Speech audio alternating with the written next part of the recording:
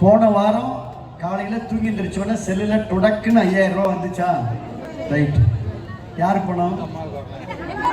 யாரு பணம்? நம்ம பணம். ரைட். உங்க பணம்.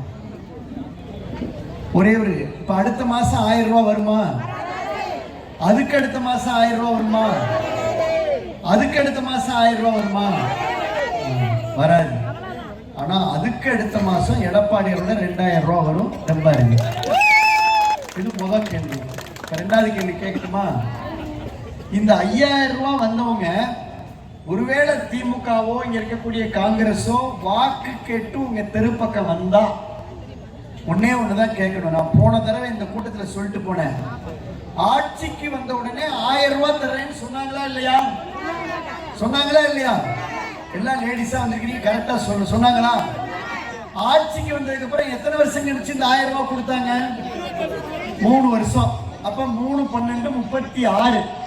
36,000 ரூபாய் பிளஸ் ஒரு வட்டியோட சேர்த்தா ஒரு 14,000 ரூபாய் பேங்க் வட்டி, நம்ம கூட்டுற வட்டி போட்டோம்னா 17,000 50,000 ரூபாய்.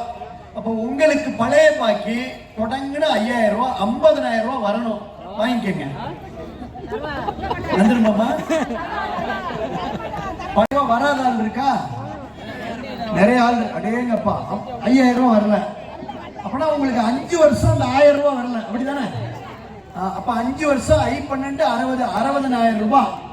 இந்த ஒரு 5000 ரூபாய் 65,000 ரூபாய் வட்டி, ஒரு 35,000 ரூபாய், 1,00,000 ரூபாய் உங்களுக்கு வந்துடும். நம்ம ஆட்சிக்கு வந்த உடனே அனைத்து ரேஷன் கார்டுக்குன்னு 1000 ரூபாய் சொன்னது யாரு? சொன்னாரா இல்லையா? ஆட்சிக்கு வந்த உடனே கொடுத்தாரா? ரெண்டாவது கேள்வி முடிச்சுட்டேன். கொடுத்தா அங்க, கொடுக்கலன்னா இங்க. ரெட்டனை சப்ஜெக்ட் புரிஞ்சிருச்சா? புரிஞ்சா கை தட்டுங்க, பேச முடிச்சிடணும்.